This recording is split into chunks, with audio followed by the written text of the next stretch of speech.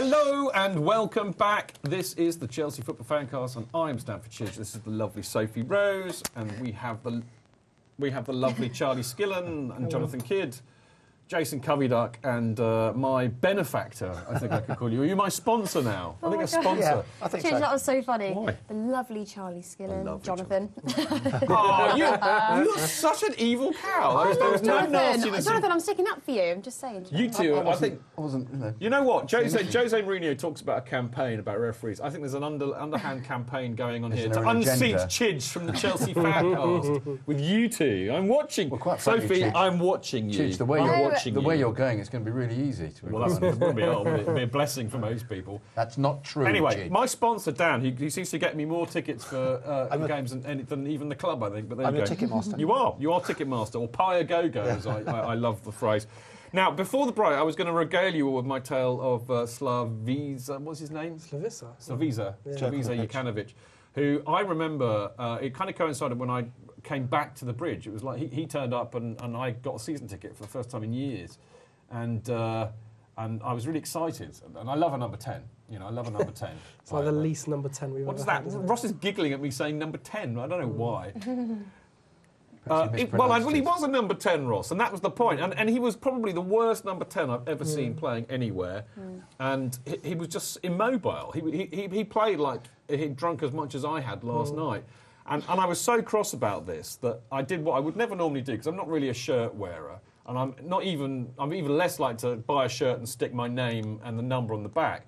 But I did buy a shirt and I put 10 on the back and my name across it as a one-man protest to basically say, you might as well pick me as the number 10 at Chelsea because I would be better than Slaviza Jukanovic. So there you go, that's my Jukanovic story.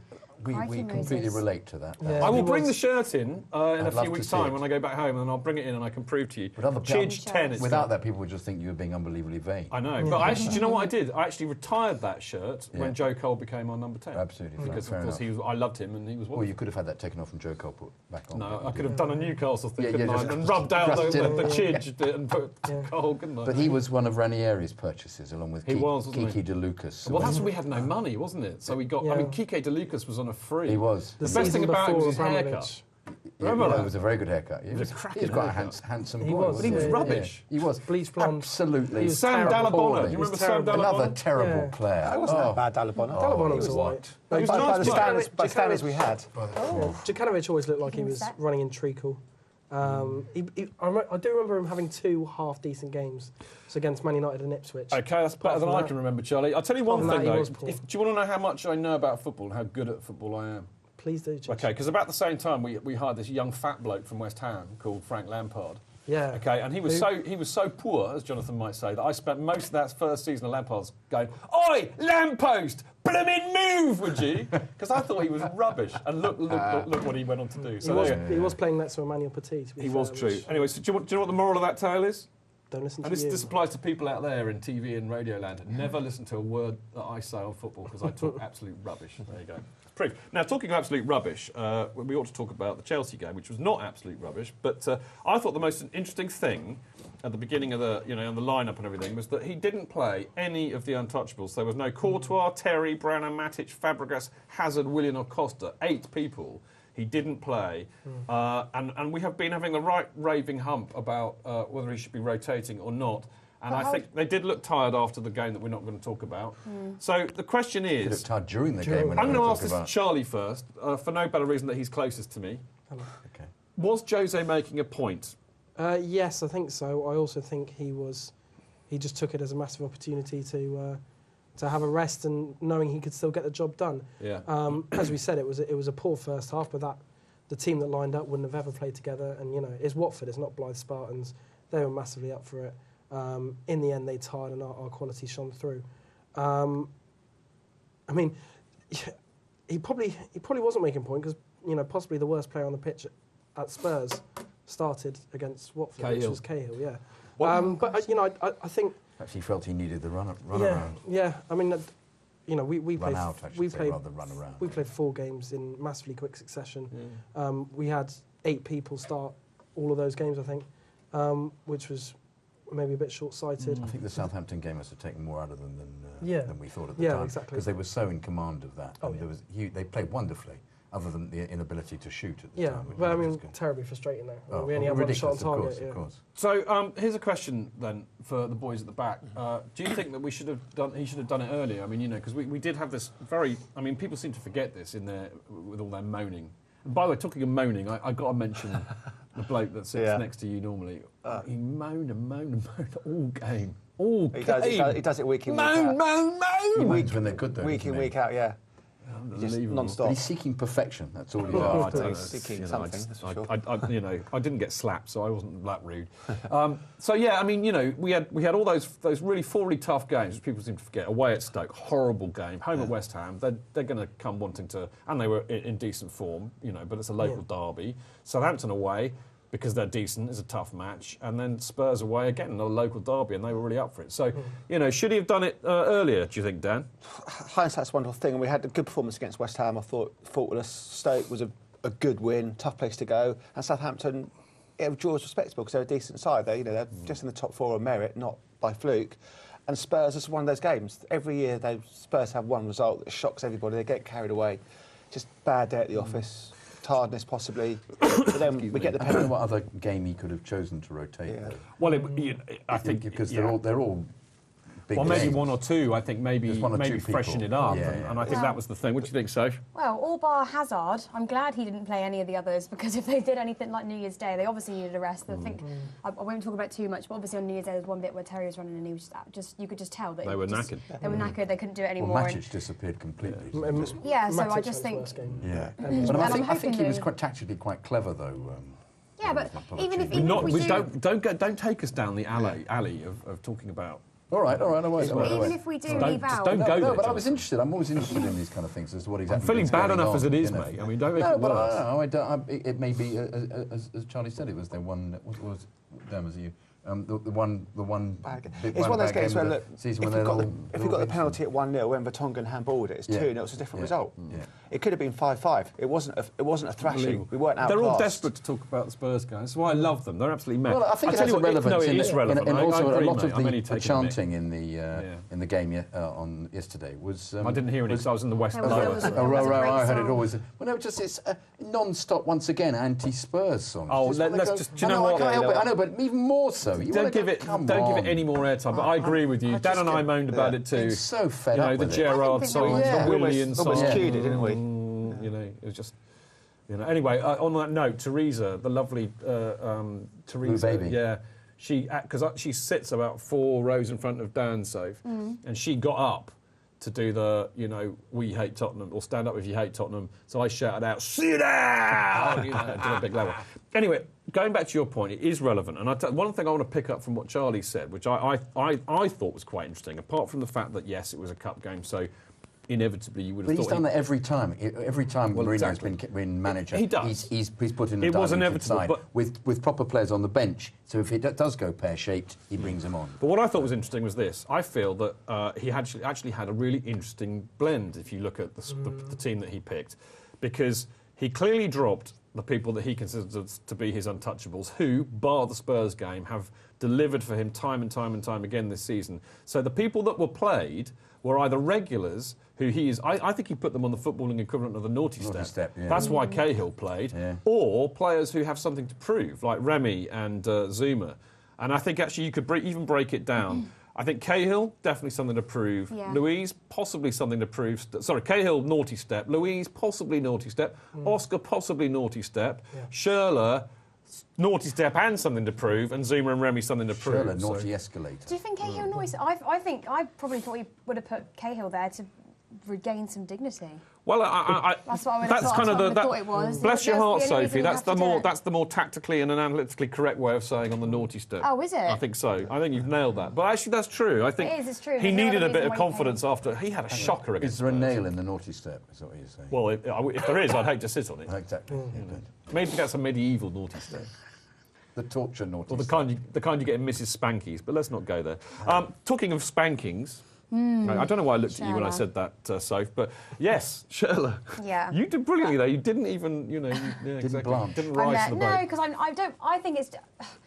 Pete, I don't know what you think of his form, and I know he's not been great this season, but I don't. It's not fair it's not fair for everyone to keep going on and on and on him. How's a player meant to get better when they've got all this negativity going? What are we talking about? Schurrle. Yeah, I was going to say, what is up with Schurrle? Are we talking about Schurrle later, is it now? No, now is the time to talk about Schurrle. That's why I started talking about it. The dilemma we have here is that Mourinho has been very good in previous incarnations as manager of getting rid of people who do not fit his vision. Yeah, fit his vision. And I don't think Schurrle's got long to go because he got rid of Del Horno very quickly. He got rid of who was supposed to be a great player. He got rid of. You know why he got rid of Del Horno though? Because when Del Horno tried to boot Messi over the Matthew Harding stand, he failed. Yeah. And that is enough of a reason to basically get rid of somebody, because he should have cleared him over the top. So I think all his other bad displays had nothing Jonathan, to do with it. Just to show you what a terrible football supporter I am, really. I cheered more loudly at Del Horno trying to kick Messi out of over the Matthew Harding than I've cheered at many things at a football match. Yeah. So if he is going to get rid of Schurrle in January or whenever. Who is the person? Now we're talking about that in part 5. You can't go there yet. We can't exactly. That's why I said what we're talking about. Yeah, exactly. I'll tell you what I want to talk about Schurrle. Number one is I have to say I found it really painful to watch him. I personally like Schurrle. I think actually he's a decent player. I think he proved that last season, and he was the only person on that football pitch yesterday who has won a World Cup medal and actually provided an assist for the goal. So you don't go from being a really good player to being utter cods, which is what he is at the moment. I wrote an article today. It's in the IBT, folks, or it will be very shortly. But my point about Schurrle was, I think he's been ill. We know this. We still don't know why, but we know he's been ill. What it is. We know he's been out of form. And I also think that his confidence is absolutely blown to bits. And I think that Mourinho blamed him for the equalising goal against City at the Etihad. Wrongly, I think, because actually I think it was more Ivanovic's fault. Yeah. And I think that Schurrle is clearly the kind of kid who needs an arm around him and not a rollicking. And the trouble is, and Jan and I were having a sherbet with Cundy, Jason Cundy, last night in the Rose, and it was fascinating to hear what he said about Schurrle, because he said that Mourinho is basically brutal. If you're not doing it, boom, you're hooked off. Yeah. If you're not doing it consistently, you're out. And I think you're right, Jonathan. I think there's a real danger that he may go. Personally, I would feel that as a tragedy, because I think that, form is temporary and class is permanent, and I think he's a decent player. How long do you wait for players to deliver? Well, that's the problem in this pressurised environment. But that's why Jose's won more trophies than I have. Absolutely. I haven't even won many trophies. That's why isn't Salah on his way out as well, apparently? Yeah. Apparently Sophie's got a good point to make, and I was very rudely ignoring you, but I was off on one. Yeah. When? I don't know. Ross just whispered in my ear about Schurrle. I'm just listening. That's to you why he today. produces. I'm the silent presenter today, apparently. Don't give me those. You should be really, really nice to me tonight, because I can hardly speak, Sophie. I'm so hungover. Oh, really? Yeah.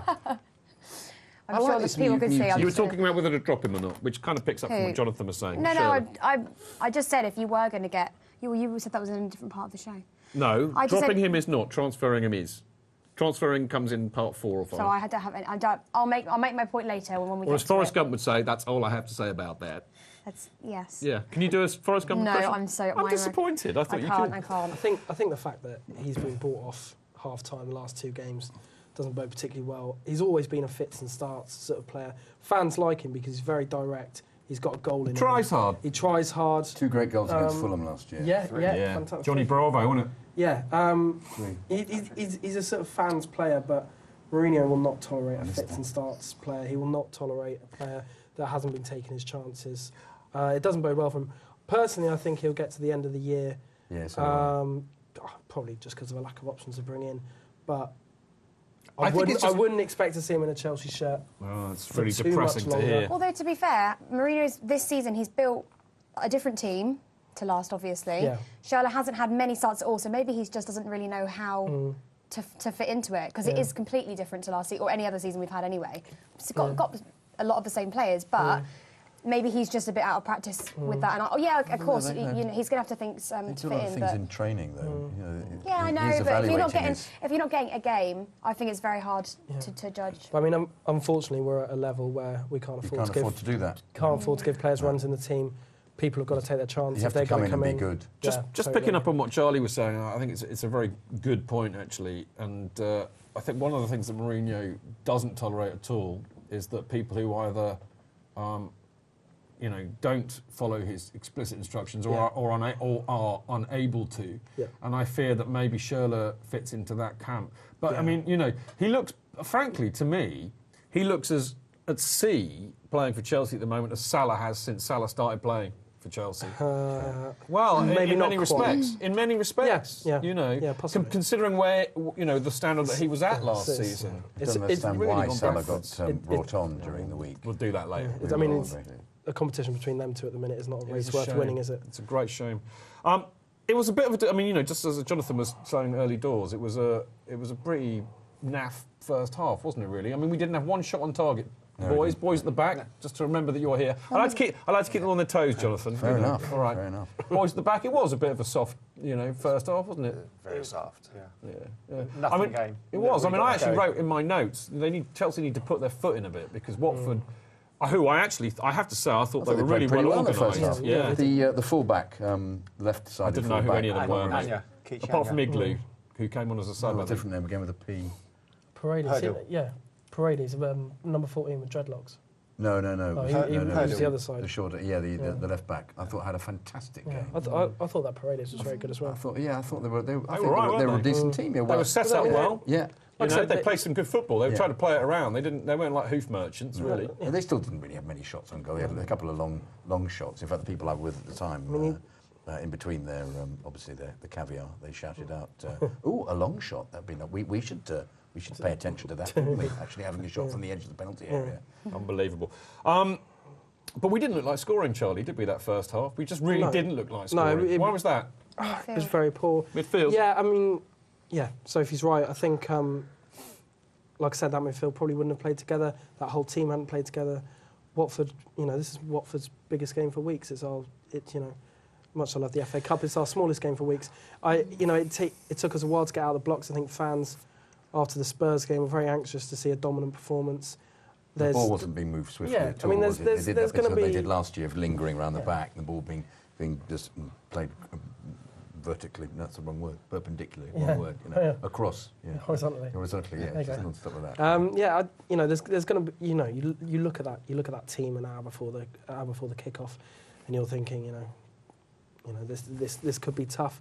As I said, once Willian and Costa came on, and we got a foot on the ball a bit. Yeah, we'll get onto the cavalry in a minute. But I think just picking up on the point that you made about the midfield, but actually I think generally, and I think this goes back to what you were saying about this is the problem when you don't rotate, and then suddenly you bring in most of the team who haven't played a meaningful game for weeks and weeks and weeks. Yeah.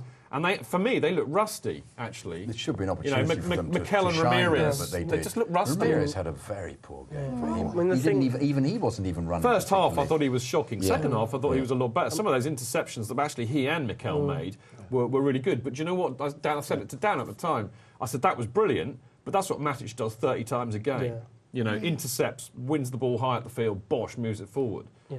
But anyway. I don't want to go too far back, but the thing that struck me about the Southampton game was the three players that came into the team, which was Schurrle, Philip Luis and Mikel, all had very poor games. They did, those shockers. And that was the first time, the only time really, that we did any rotation over the Christmas period. Yeah. And it doesn't bode particularly well for the rest of the season, I don't think, because it almost seems as if Mourinho hasn't got an immense amount of confidence below the first. Well, we'll talk about that in the old squad rotation thing a bit later on, because I want to delve into that, because I think that is a bit of a hot potato at the moment in the light of the last few games that we've played and people panicking, possibly unduly, about where we now sit in terms of the title race. We're going to do a lot of that in a few parts' time. But after a very short break, we will be coming back to the game and we will be picking it up from the second half, where Jose brought the cavalry on in the form of Willian and Diego Costa. We will see you in a short while.